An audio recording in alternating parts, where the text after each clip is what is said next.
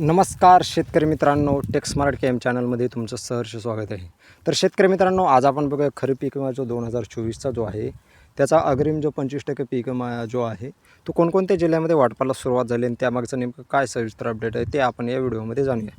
जर चॅनलवरती नवीन आला असाल चॅनलला सबस्क्राईब करा, व्हिडिओला लाईक करा. चला तर सुरू करू. जसं बघू शकता शेतकरी मित्रांनो, विशेष महत्त्वाचा म्हणजे 48,12,000 शेतकऱ्यांच्या बँक खात्यावर थेट 1,095 कोटी रुपये जमा केले जाणार आहेत. या योजनेची अंमलबजावणी सुरळीत व्हावी यासाठी विमा कंपन्यांना आधीच 1,900 कोटी रुपयांचे वितरण केले आहे. हे पाऊल शेतकऱ्यांच्या आर्थिक समीक्षा करण्याच्या दिशेने टाकलेले एक महत्त्वाचे पाऊल मानले जात आहे.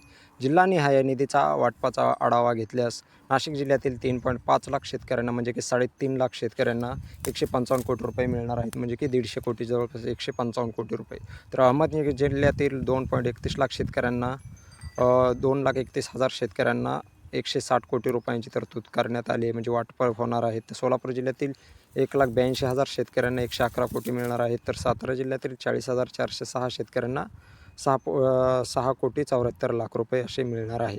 तर सांगली जिल्ह्यातील 98,362 शेतकऱ्यांसाठी 22 कोटी 4 लाख रुपयांची तरतूद करण्यात म्हणजे वाटप होणार आहे. तर मराठवाड्यातील बीड जिल्हा सर्वाधिक लाभार्थी असलेला जिल्हा ठरला. या जिल्ह्यातील 7.70 लाख शेतकऱ्यांना म्हणजे 7,70,000 शेतकऱ्यांना 241 कोटी रुपये मिळणार आहेत.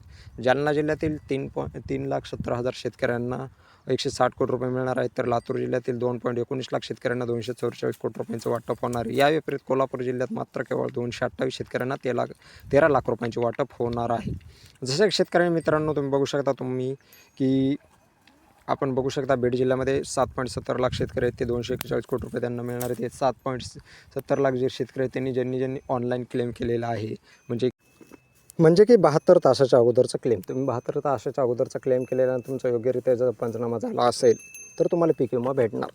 तर पुढचं बघूया शेतकरी मित्रांनो की शेतकऱ्यांना पीक मिळवण्यासाठी काही महत्त्वाच्या गोष्टीची पूर्तता करणे आवश्यक आहे. सर्वप्रथम PM किसान योजनेच्या अधिकृत वेबसाईटवर जाऊन लाभार्थी यादीमध्ये आपले नाव तपासून पाहावे. जसं की बघू शकता तुम्हाला EKYC करायचे. EKYC का म्हणून करायची की कारण की तुम्हाला EKYC याच्यामुळे करायचे की तुमचं आता आधार कार्ड DBT लिंकने तुम्हाला पैसे पडणार आहेत पीक विम्याचे देखील. म्हणजे DBT ट्रान्सफर म्हणजे की तुमचा आधार लिंकला बँक अकाउंट लिंक असेल तरच तुम्हाला पैसे येणार आहेत, नाहीतर तुमच्या अकाउंटमध्ये पैसे येणार नाही. शेतकऱ्यांनी आपली बँक खात्याची व आधार क्रमांकाची माहिती अचूक असल्याची खातर जमा करावी.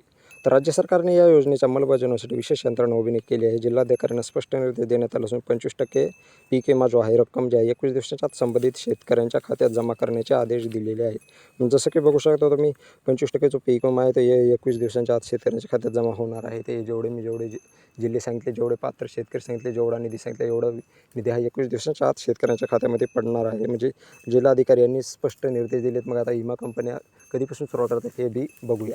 की आजपासून सुरुवात होणार आहे असं म्हणत आहेत का सोमवारपासून सुरू होते म्हणजे विमा कंपन्या विमा वाटपायला, ते बघूया आपण. जर शेतकरी मित्रांनो तुम्हाला जर व्हिडिओ आवडला असेल व्हिडिओला लाईक करा आणि चॅनलला सबस्क्राईब करायला विसरू नका. धन्यवाद.